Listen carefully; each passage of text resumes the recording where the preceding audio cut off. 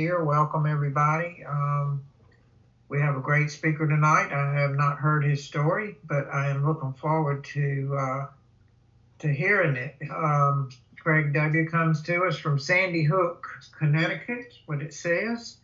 And we're glad you're here, Craig. Will you please share some stuff with us? Thank you for being here. Thanks, Jenny. Recording in progress. All right. Thanks, Jenny. I'm an alcoholic, and my name is Craig, and I am honored and privileged to be here tonight to share my experience, strength, and hope. And thanks for giving me some purpose to the day. Without purpose, I can kind of get off track, sidetrack, to the back, whatever. Sobriety date is November 28th, 1998. Was separated from alcohol then, and there's been no need to have a drink since then.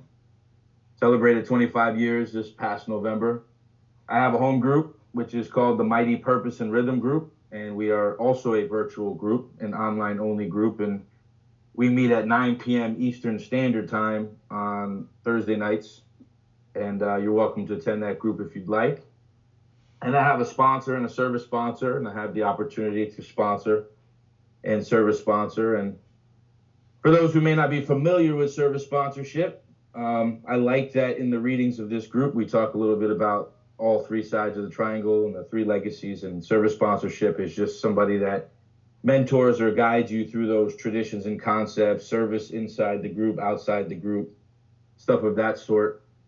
I feel very fortunate. I'm here to share my experience, strength, and hope with the steps and what it was like before I got here, but I'll just always, when I share my story, talk a little bit about service, and I feel so grateful to have been a part of the Upside Down Triangle and traveled all over the world for Alcoholics Anonymous, had the opportunity to serve as delegate, as a group representative, as a district committee member of the district.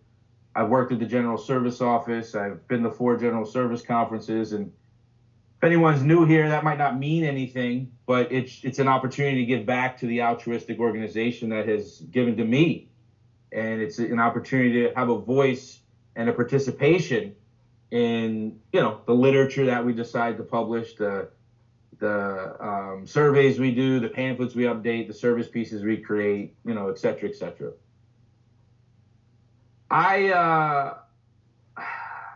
And again, I'm really grateful tonight. I mean, my mother was recently diagnosed with stage 4 small cell. And for the past month, it's been like a full-time job, just going in and out of the hospitals and the chemos and the radiation. And we almost lost her a couple times. And what an opportunity to give back, to be there, to be present for my mom, and to not make anything about me, but to just make it about her. And that's what you guys have taught me. That's what Alcoholics Anonymous has taught me. And she's been a member of Al-Anon for several years, obviously a separate organization, a separate program, but still a sister organization to us. And I've had some of the greatest conversations with her over the past month, probably some of the best we've had in some of the most sordid and dire circumstances, yet so touching. She said to me a couple weeks ago, Craig, it doesn't matter if everyone knows where you come from, or what's going on, or what you mean to say. Just give them love and compassion. And at that particular moment when she was saying that, we didn't know if we were going to lose her that day. She had no white blood cells. Her neutrophils were down to 50. And she's talking to me about love and compassion. This is a woman who used to ride the bus in Jersey City, New Jersey, with rocks in her purse in case anyone messed with her. So it's really brilliant to see her talk about that. But anyway, as I share my story, you'll understand why I threw that in there, because our family comes from a long line of alcoholics. And for those that didn't make it to Alcoholics Anonymous because they passed, or for those that did but they were dry and untreated, for us to be in a program is a big deal. Before I was even born, I mean, my family was just devastated and immersed in alcoholism. My grandfather died before I was born. Pretty much all my grandparents were dead by the time I was 16 from alcoholism. One of them, my grandmother, she died and she was yellow, but we didn't call it cirrhosis of the liver. We called it diabetes because, nobody wanted to talk about alcoholism. We didn't want to acknowledge it or talk about it. You know, the men in my family either were ripping out sinks, getting into fights, ending up incarcerated, dead. I mean, that's the route they took through their drinking. The women in my family were just trapped in neuroses of trying to manage, and then there were kind of outliers like my grandmother, who I mentioned, who would be at the parties drunk all the time, doing very inappropriate things. So I was surrounded by alcoholism. I totally identify with what the big book says, where it talks about warped lives of blameless children. And you know, I was 5, 6 years old, drinking, you know, what was left over in the beer bottles, what was in the bottom of the Jello shots. I would anything I can get on my hands on to ingest, I would. You know, it didn't really do anything to me until I was about 11, and then alcohol did something to me. You know, I was very, you know, I was a good kid. I tried to, you know, rescue animals, feed the homeless. You know, was always trying to do well in sports, this and that. But I was definitely broken from the effects of just being like, I don't know if where you're from they have latchkey kids, but I was a latchkey kid. But then on top of it, like nobody showed up to pick me up because mom was working 3 jobs, and the alcoholics that were in our family that were supposed to show up didn't show up. I was involved in the Little League World Series, didn't get to compete. Nobody showed to pick me up. And there's a long list of stories like that too. So lots of neglect, abandonment, abuse, stuff of that nature with respects to alcohol directly resulted in the family, you know, being affected by alcohol. So alcohol did something to me. I wanted to kill myself at a very young age. And I also wanted to kill you. That's what I thought of. Killing you or killing myself. Anything I could do to get out of this world. And like I said, alcohol didn't do anything in the beginning, but probably when I was about 11 is when I really feel like it saved my life. Obviously, it brought me down and destroyed me very quickly, but it definitely saved my life, I believe, in that initial phase. By the time I was 19, I was in 17 or 18 institutions. I had been incarcerated. I was in outpatients.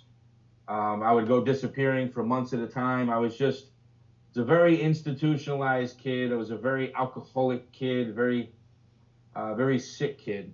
I suffered from DTs at the age of 17 when I went into my first crisis intervention center. You know, I came into Alcoholics Anonymous, and some old timers would joke around and say that they spilt more than I drank. It's just such a bad thing to tell somebody, especially when they have no idea what the experience is. But like we all learn in AA, there's good humor. And some of the young people that were in AA with me, they told me to tell them if you didn't spill so much, you might have got here sooner. So I had a little a little combat with his combat. But the moral of the story is we don't really want to be saying that to people. You know, we want to reach our hands out and try to be helpful and useful. The book says very clearly that resentment is the #1 offender. It kills more alcoholics than anything else. So why would we want to give them? I know we have that silly phrase sometimes we say in AA, it's better to give a resentment than get one. But why would we want to give one when it kills? Especially our brother or sister that is going through the same thing we are. Came to AA, and it was interesting because, well, let me back up a second. Our book, Alcoholics Anonymous, describes the alcoholic very clearly in the first 44 pages, something which I identify with entirely. The mental obsession, the inability to control my drinking once it's ingested, and then the spiritual malady, also known as the hole in the soul. I had all of those, and I'll try to illustrate that briefly, but the alcoholic of my variety, besides being hopeless, once I ingest alcohol, I'm already thinking of the 7th or 8th drink. You know, there's no intention to just have one. Like, I understand what the book means when it says men and women drink for the effect. That's what I did. I drank for the effect. And the truth of the matter is, like, I didn't even like the taste of any alcohol I drank, and I drank plenty for a young man in a small period of time, but I never liked the taste of any of it. But there I was, drinking again. Always need to have it, Always need to have some behind the scenes so no one else knew where it was in case I needed extra. Always needed to try to manage you and how much you were going to have. Always needed to have something before I went somewhere. Always needed to have something after I woke up or when I passed out. Another story that illustrates my alcoholism is that grandmother I told you that had passed away. She was in the hospital dying, and my mother called me and said, "Get to the hospital." I only had my learner's permit at the time, but she said, "Throw on the hazards and get on the highway and hurry up and get here." And of course, I wanted to see my grandmother, but what do you think I needed to do first? I needed to drink. So I drank, and I didn't make it. It's not a moral issue. I wanted to see my grandmother. I cared about my grandmother. I just didn't have the power. I needed to drink first. It wasn't like, oh, well, it'd be nice to have one or I'll have one later. I needed to drink. I identify with the alcoholic who has no control. I identify with the alcoholic that maybe had one or two once in a while, but could never tell you when that would be. There was no way you would look at my long drinking career and look at my history where I said, oh, I was just going to have one this night, I was going to have two this night, and that happened. There might be a handful of times where I had one or two, but that was never the intention. It only turned into one or two because I got arrested early, passed out, or someone beat me up. It wasn't because I intended to just have one or two. The obsession for me is just so powerful. Sometimes I need it. Even when I would get out of that rehab, I was in for 28 days. The social worker would give me a CD with meditation on it and tell me to take a warm bath and, just try to find some peace. And I had no idea what any of that meant. But I was like, yeah, no problem. I'm definitely going to do that. But my head was screaming to drink. And without any sort of solution, I needed to drink just to quiet my head. I really believe I drank in some cases so I didn't kill myself. It was just so loud. And alcoholism is interesting because it talks to you in your own voice. So while you're trying to tell someone who's brand new, well, pray to God or just do the next right thing, if you're alcoholic like me, you don't understand what that means. Because the mind is going 700 miles an hour, and you're not even sure what's God and what's you and what's what. What is this little voice? What my first grade teacher told me? Is this me?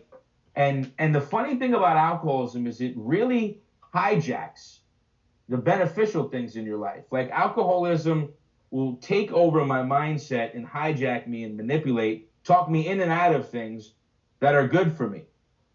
Here's a simple way to try to say what I'm trying to say. For those of you who've been in AA in a while, you know that we always say, my illness is outside doing push-ups. My illness is in the parking lot. It's this big guy doing push-ups. For me, my illness is like this tiny little leprechaun sitting on my shoulders, just jiving and conniving, Again, always talking me into something, talking me out of something. 17, 18 institutions, not including, juvenile detention centers and prisons. I was always in and out of them. And so many times I wanted to stop and I couldn't. So many times I needed to stop and I couldn't. So many times I swore I wasn't gonna and I did. So many times I swore in my life. And literally as I crossed the threshold of that treatment center, that institution, whatever, right back to drinking. My mother came to see me. I was arrested in a state. I live in Connecticut now, but I had no idea it was Connecticut back then. I was in Jersey and New York, and I was in Connecticut, and I got out. I was in jail, and I got out. I'm walking out in my Browns because the correctional officer stole my clothes, and I walked right by my mother. Didn't even say thank you. Didn't even hug her. Went right to the payphone. I'm sure there's some folks old enough here to know what a payphone is, and I walked right to the payphone. And I called somebody so I can go drink. That's all I thought about the whole time I was incarcerated. And I didn't understand my illness yet. So when I wanted to kill myself, I was like, why would I want to kill myself? I don't understand, because I still didn't comprehend that my problem was drinking. Yes, it's a symptom when we get here and we let it go. But my problem was drinking. Everything revolved around drinking. Everything I did revolved around drinking. Everything I pretended to be revolved around drinking. Everything I thought of revolved around drinking. So, hole in the soul, never feeling good enough and always pretending I was the best, the spiritual malady, the mental obsession, constantly wondering where I was going to get, how I was going to get, do I have enough, do I not have enough, afraid I have enough, afraid I don't have enough, can I steal some? You got to remember, I never had a legal drink, so although I lived in some neighborhoods where nobody really cared how old you were, it was still not as easy to get alcohol as it might be for some people.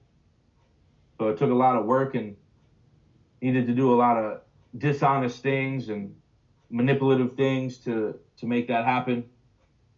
And then that physical craving, which is why even today, in over 25 years in Alcoholics Anonymous, like I don't use Listerine, I don't get penne alla vodka. When I go to hibachi, I tell them to keep the sake off my rice. Like I just don't want any alcohol anywhere near me, because I just know once I ingest alcohol, there's trouble. And I've lost every time to alcohol. I tell this story often too, and I just identify with this 30-something-year-old kid. This happened a few years ago, right here at Yale, New Haven Hospital. Needed a liver, not even 40 yet, needed a liver, had kids, was gonna die. Doctor said, you keep drinking, we can't give you a liver. Wasn't enough. Still drank, and of course died. Again, it's not a moral thing. Of course he loved his children. Of course he didn't want to die. I just, for the grace of God, that's me. And I'm just so grateful that I'm free today. Because of the 12 steps of Alcoholics Anonymous, because of a home group and the opportunity to do service in AA, I'm free. And I'm not just free from alcohol. Like I'm free and I have purpose and I have the opportunity to be useful. You know, I'm not grasping the chair tight, wondering what the next day is going to be like, you know. Calamity matched with serenity. I mean, I just told you my mother's dying and I'm at peace today. I'm still able to be useful, helpful. I mean, I've lost a child in sobriety. I was able to still keep functioning, being useful. Like it's, you know, just knowing how self-absorbed I was when I was drinking and where I'm at today is just phenomenal. But anyway, so I did all of that stuff, which made me alcoholic. Came to Alcoholics at 19, Alcoholics Anonymous at 19, and was homeless. I got thrown out of a treatment center. I was finally ready to do whatever I needed to do, except I guess behave. So they threw me out, and I was homeless from like my first year and a half in AA. Slept on couches, slept on the beach. I mean, it wasn't really that hard. A couple hurricanes came. I was down in South Florida at the time, staying on some people's couches. Always found a way to get a haircut, even though I had no money. It's just how we are. But I got a home group. And my home group was wonderful because they allowed me to take a service position, even though I didn't even have a home. But they were smart. They didn't give me the keys. They voted me in as the alternate. So I didn't have the keys or anything. But, you know, I'd show up and make coffee, and I hated making coffee. I wasn't good at it. But, you know, I made coffee and met some people and talked to some people and learned a little bit about AA and what people were doing and how they were getting through things. And I was very broke when I got here. So a lot of us come here and like, you know, we have jobs already and we have wives and, you know, maybe we lost our job, but we still understand what it's like to have a job and we've been to college or whatever. Like, not me. Straight off the streets, institutionalized, 19 years old, just a mess. And I didn't know how to love or hug or communicate or I can't even describe it, you know, indescribably awful. But that home group loved me and encouraged me to keep showing up, and I continued to participate in AA and service, and eventually I got a sponsor and started to go through the 12 steps of Alcoholics Anonymous. And we went through the book, and in the beginning of the book, the first instructions, and a lot of people that are big book thumpers miss this, but the first instructions are to read a story in the back. When you go to the preface, before you even get to the doctor's opinion, it asks that we go in the back and read a story so we can identify. And it's important. Identification is one of the most important things we have, you know. And we used to write in my book, the cement which binds us. You know, we have the common suffering, which is alcoholism, the inability to stop drinking, the mental obsession, and then we have the common solution, the 12 steps, and that's the cement that binds us. but I don't understand that identification if I don't know what it means to be alcoholic. Where I was at that time, I went to a lot of meetings in clubhouses and everybody talked about heroin. And I never did heroin. And I thought I didn't belong in AA because I didn't do heroin. Another reason why the 12 traditions are so important. Somebody who belonged in AA, who needed AA, who wanted to stop drinking almost left because we didn't stick to our primary purpose. But I was grateful for those that explained and communicated and talked to me. But I was very confused because I just saw alcohol everywhere on all the readings and the writings and the steps and all that. But then nobody was talking about alcohol. It was very confusing. So very grateful I'm a member of a home group where we stick to the primary purpose, and that identification is so important. And again, it's not that drugs are a disqualifier. There's nothing wrong if you have done drugs, but it's that alcohol is the qualifier. Like, I need to be able to identify with the person who's sharing. I need to be able to identify with the person I'm sitting down and going through the book with. And otherwise, how can I learn about my alcoholism?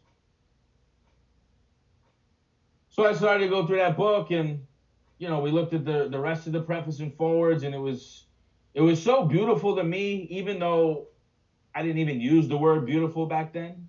But it was so beautiful to see like how big AA was, how many languages there were, all the places we were, how many different big books we had in different languages, stuff of that sort, and read that and learn about the history and understand that AA's been here for quite some time, and then we got into the doctor's opinion and started to understand what it meant to be alcoholic, telling you the story about not being able to show up for my grandmother, understanding that men and women drink for the effect produced by alcohol. That was my experience.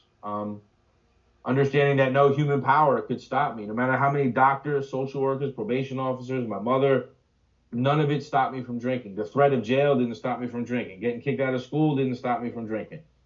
It's just, if anything, you did me a favor because then I didn't have to go to school anymore. It's like, but none of that was going to stop me from drinking, which is, again, why I think it's so important to stick to the primary purpose, because the alcoholic, or the real alcoholic, as some of us say, we don't just choose. Sometimes in AA we say, I chose not to drink today.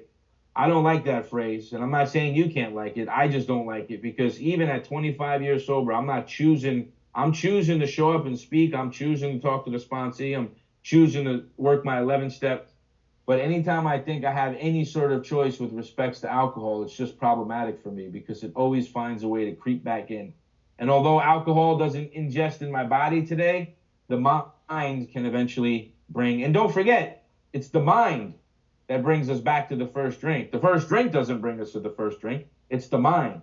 So the mind can easily, if I don't have that humility, if I don't have that ability to stay close to the principles of AA, my mind will walk me right back out. So I got to understand, reading, Bill's story and identifying, I really understood Bill. Like, I didn't believe in any God or anything, like, for me, like, the churches is where money was laundered. You know what I mean? That's where everybody washed their money. Like I didn't, and I'm not saying that's what all churches are. I'm just saying my experience, like, churches were just, it wasn't a sacred place. So I was very like anti, religious and this and that. But then I realized it's not a religious thing, it's a spiritual thing. So I identify with Bill saying the spirit of the universe. Like, I know God is just a word, but like, it was important for me to say things like spirit of the universe and kind of just wake up to something other than what I thought I knew. And my sponsor gave me a prayer for the first step. God, I'm an alcoholic and I need your help today. And he said, if you're alcoholic like me, Graig, you can't afford to just do it in the morning and night. You can't possibly build an effective relationship just saying hi and bye. You need to talk to God all through the day. So, like everything I do, right or wrong, I took it very literally. So I started to talk to God 400 times a day, easily. God, I'm an alcoholic, I need your help. God, I'm an alcoholic, God, I'm an alcoholic. Everything. When I woke up, when I was making food, when I was walking somewhere, when I was at a meeting, when I was leaving a meeting, when I was going to bed, when I was in the shower, when I was doing whatever. I'm an alcoholic, I need your help today. I'm an alcoholic, I need your help today. And I started to just slowly build a relationship. with this power that I believed in. That's personal to me. And, it's funny because the second step says we came to believe. And my experience is I come to believe in the first step, and then I automatically fall on the bridge of the second step. And what I mean by that is I came to believe in the hopelessness of my existence. And by coming to believe in the hopelessness of my existence, I came to believe in a power greater than myself. And as my sponsor said, not just that one exists, but one that can actually restore me to sanity. We have a lot of phrases in AA, and we seem hypocritical sometimes, and we want to be unifying, and then we're divisive. I'm just saying, for me, like, a doorknob wouldn't work, a sandbox wouldn't work, you know what I mean? A painting on the wall wouldn't work, because for me, I need to believe that this power is something that can actually relieve me. As big as alcohol was, I needed to believe in something even bigger. And again, that's just my experience. It started off with a little tiny mustard seed, and then it was nature, and then it was a tree, and then it was a goddess, and then it was a god, and then I was like, it's bigger than all of that, But it needed to be personal to me, and gave me a second step prayer too. God, I ask your protection and care as I abandon myself to you. Please help me let go of old ways and old ideas just for today. And my sponsor said I could have permanent sobriety. I could never safely drink alcohol again, but I never need to drink again as long as I did a few simple things. And those simple things were working the steps, getting a home group, being involved in service. And that's been my experience for over 25 years. And those people, I'm not saying it's the only way, but those people that are involved in those 12 steps, those people that are involved in their home group and involved in service outside the group, I seem to see them in the same places I'm at, with long-term sobriety, and not just talking it, but walking it, actually making amends, becoming stable. And I'm not talking about money in the bank or, fancy car. Some of those things happen. Sure, you work for it, but I'm talking about stable, unshakable foundation, regardless of what comes up in life, being able to be a person of integrity. Got on my hands and knees and took a third step with my sponsor, and said the third step prayer, and that prayer just meant so much to me, because the words that really hit me is relieve me from the bondage of self. And although that's not exactly how I described it back then, I understood it after my sponsor explained it to me, that everything just revolves around me. It's all about my drinking, my thinking, my plans, my designs, what kind of money I can get, who likes me, who doesn't like me, what someone thinks about me, what someone else doesn't think about me, why wasn't my father there, how come my family's like this, why was I so poor? Everything was just, oh my God, self-pity and self-pity and self-pity. It was disgusting. No wonder why I was so miserable. And that's, again, why I identify with the real alcoholic, because I didn't have the power to pull myself out of it. I was so miserable. So miserable. I was probably even more miserable without the alcohol. Once I put the alcohol down, I was just so angry, shamed, disappointing, terrified, panic attacks, all of the above. So I said that third step prayer and got right to work and started writing the fourth step. And, the fourth step, we go through our resentments and we go through our fears and our sexual conduct and the way we harmed others. And, the short version of my inventory is I was angry at everyone. I was afraid of everything. I tried to have sex with everyone, and I hurt everybody. Like, that's pretty much my fourth step. But it was very useful to go through that and look at patterns and designs. Look at how I continue to put myself in losing situations, how I continue to miss the opportunity to make good relationships with people because I was so blinded by my own self-centeredness. And I was afraid of everything. I was afraid of having a friend. I was afraid of not having a friend. I was afraid of having money and not having money. I was afraid of being responsible, not being responsible. So I was paralyzed because I was afraid of everything, basically. Now, I came in here, you're talking about a guy who used to, I don't know what they do in Mississippi, but a guy who used to wear beads because I was in a gang. I was a street kid. Like, I thought I was tough, but like I wasn't. I was terrified of everything. I was afraid. Hitting somebody with a beer bottle is not tough. Like I was afraid of everything. I didn't even have the courage to go get a job. I didn't even know where to start that conversation. I couldn't even hug my mother because I thought it was weak to do that. Like I was just so terrified of everything. And that's because of alcohol and years of being absorbed in self. Because if you go all the way back to when I was like 5, I told you I was walking the streets of Jersey City, literally feeding the homeless and rescuing animals. At 5, yes, that young. Asking mom, hey, can we make some peanut butter sandwiches for the homeless? Like, I was a good kid, but I lost access to all that and just became absorbed with the drinking and the thinking that we fall victim to.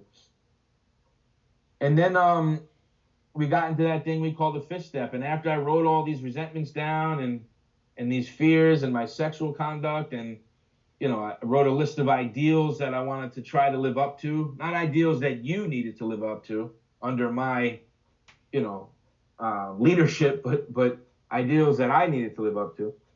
And we went through the 5th step, and we started to spend a lot of time looking at all those patterns and designs and my defects and where I was selfish and self-seeking and dishonest and frightened, and just really waking up for the first time at that point to how much life was really all about me, but how bad that was. How I always needed to be right. How I always thought I knew everything. And I thought that was a good thing because I did survive. I did survive for so long, and it did work in some cases, but it just wasn't working anymore.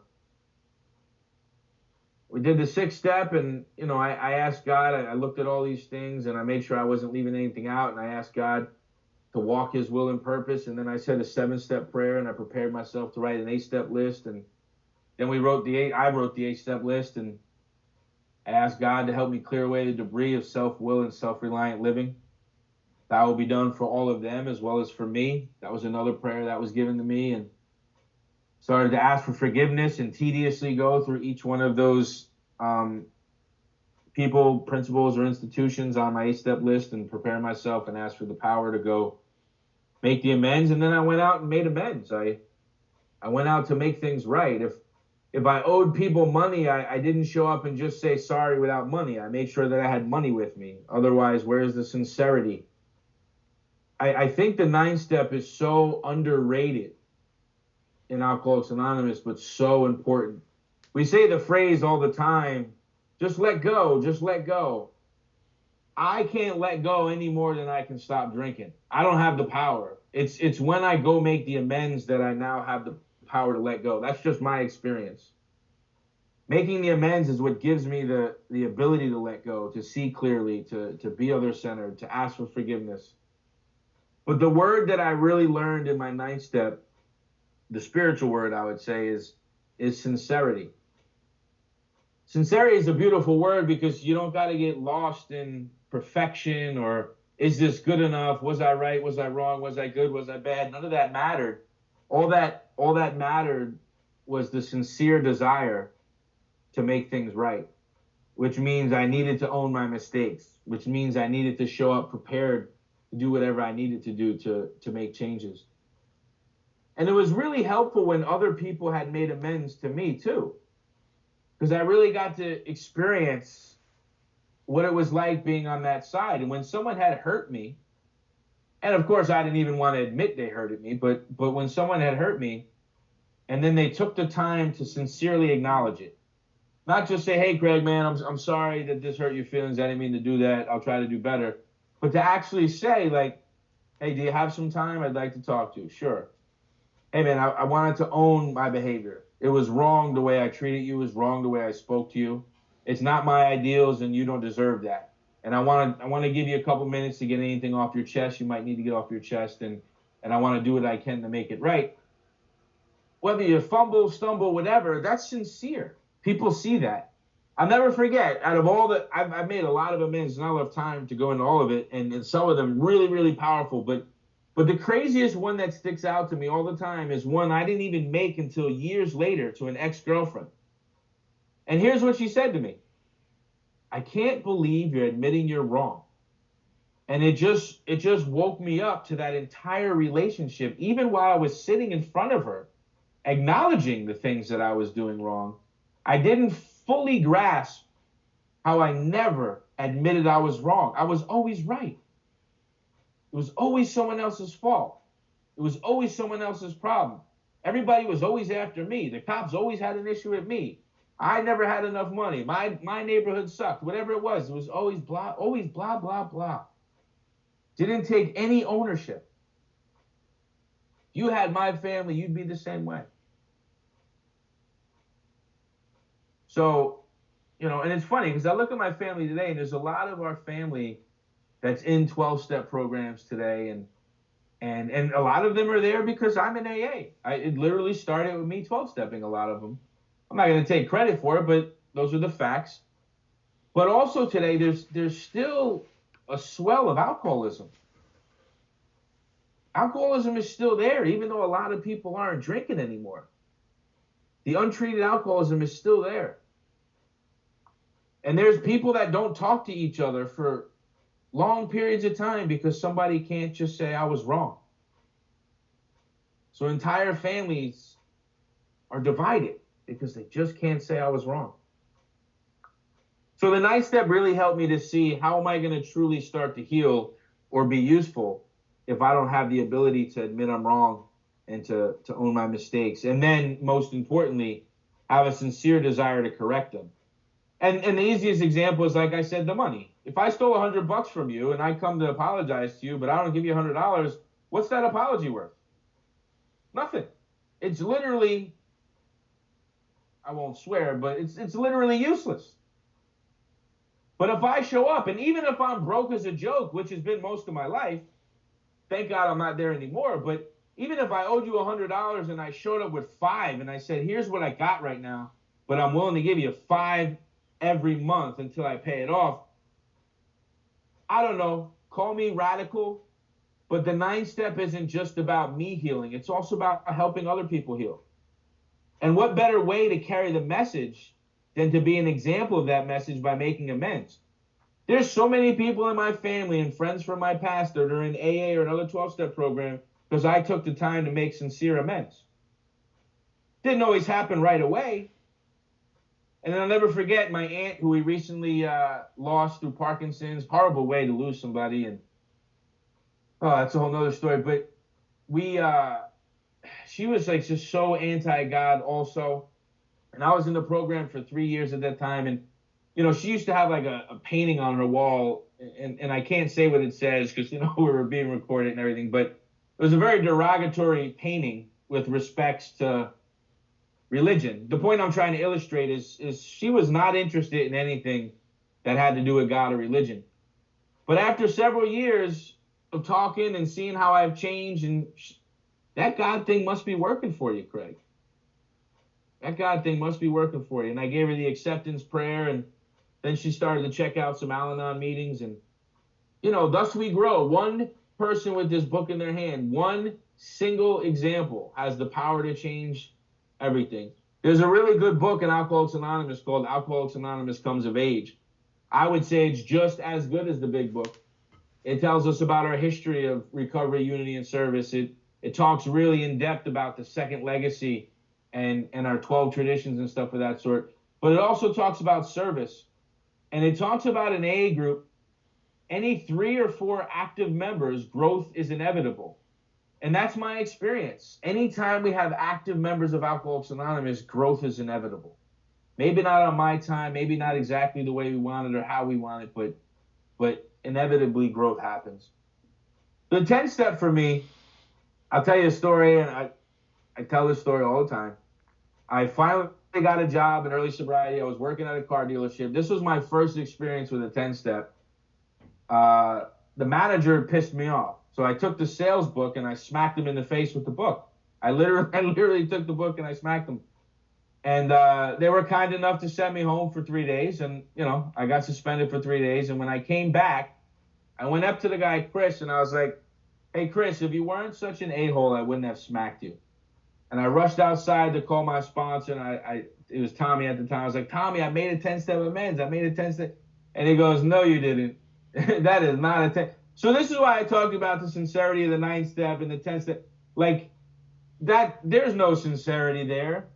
There's no humility there. So I had a lot of growing to do. I've come a long way.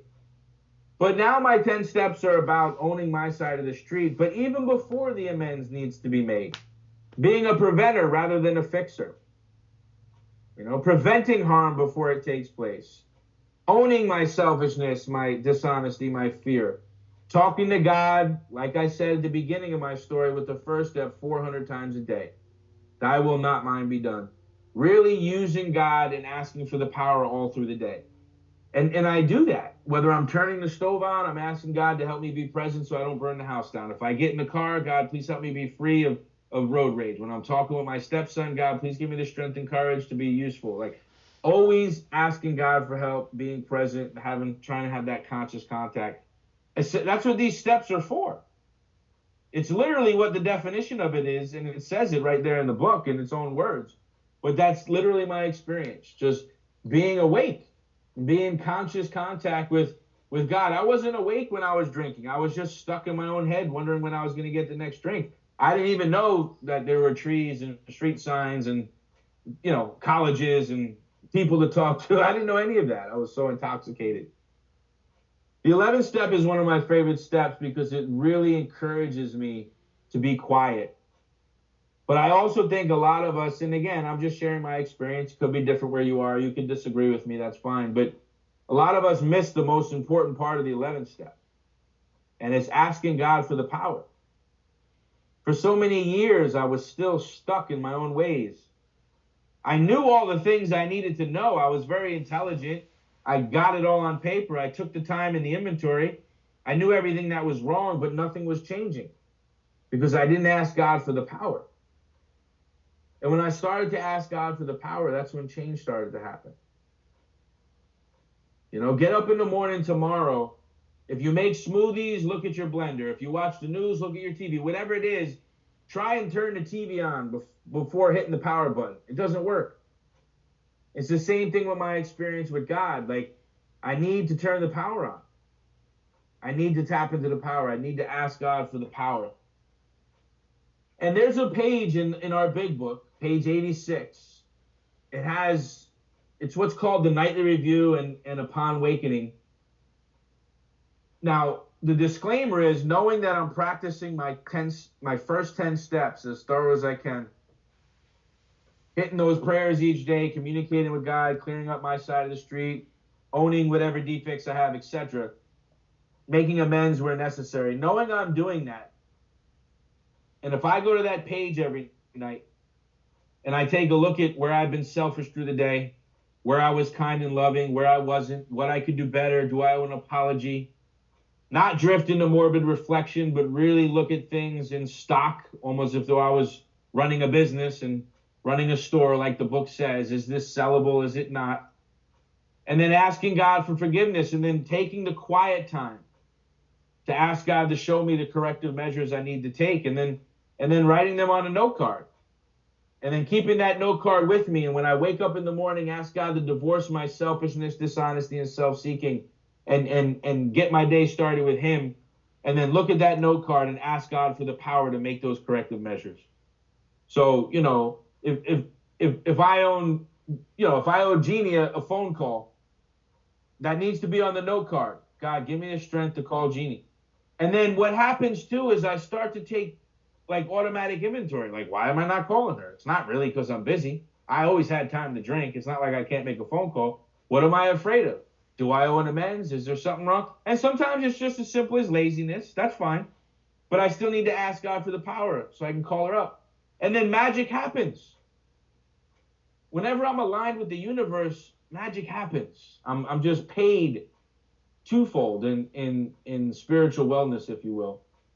And it's so funny the way my head works, because even while I'm sharing my story, there's still a part of that alcoholic mind that's literally making fun of everything I'm saying and literally telling me, you would have never sounded like this 25 years ago. You're such a punk these days. That's still there. But man, I'm free today, and I'm not giving that up for anyone. I have peace of mind. I never had peace of mind. I didn't have it as a kid. I didn't have it before drinking. I didn't endure drinking. I didn't have it after drinking until I went through these 12 steps. And besides just the peace of mind, it now gives me the power to carry the message and help others, which is the biggest avocation I have in my life today. I'm not going to bore you with the long list of assets and yada yadas that I have today. And there's a lot of them today God has gifted me with. But the biggest asset I have is my dark past and the ability to help pull someone else out of the well like someone did for me, and to watch the light turn on for them, and to watch them help others, and watch them get involved in service. Listen, man, the program is perfect. The people aren't. A lot of people have let me down over the years. Some because of my own high demands and expectations, and some just because they were flat out wrong. But I love Alcoholics Anonymous like I've never loved anything else. I would not be anywhere, and I'm not a martyr. I would not be anywhere without AA. Left to my own devices, literally that phrase that I can't even stand, but it was true. Jails, institutions, and debt. That's what I was doing. I was in and out of juvenile detention center. I was in and out of adult jail. I was in and out of treatment centers, outpatients, kicked out of high schools. So all I did was I was a revolving door. I was blacking out on rooftops, getting in a car accident, you name it. All of those things that we read in our book about was me. I'm the fourth husband. I'm the hopeless one.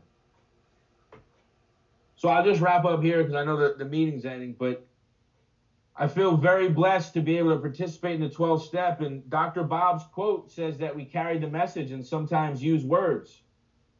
And we have to use words like when you ask me to speak or when we're reading the book with a sponsee, but it's really about the actions. People are watching. I have integrity today. I have the ability to carry a message and not even open my mouth. Just do it with my actions. It's not that I'm a great guy. I think some people might say I'm a decent guy today, but like I need to do this to stay sober. I am just as desperate today as I was when I got here, if not more. And I'm just as close to a drink, although I'm free, although I have the opportunity to be useful today and the power to live happy, joyous, and free. I am just as close to a drink as any other alcoholic. That's what we do. And the minute I forget that I have an illness. When we read page 164 and we talk about the man who is still sick, a lot of the times we think about the newcomer in the room. The person who is still sick is me. I need to keep working on me in order to be there for you. I need to keep cleaning house, trusting God, helping others in order to be there for you. And then we have this movement. I wish there was more time to get into some of the amazing things outside of the home group that I got to experience in AA and some of the things I've seen because of Alcoholics Anonymous, maybe another time. But thanks for the opportunity to share my experience, strength, and hope with you guys tonight. I appreciate it.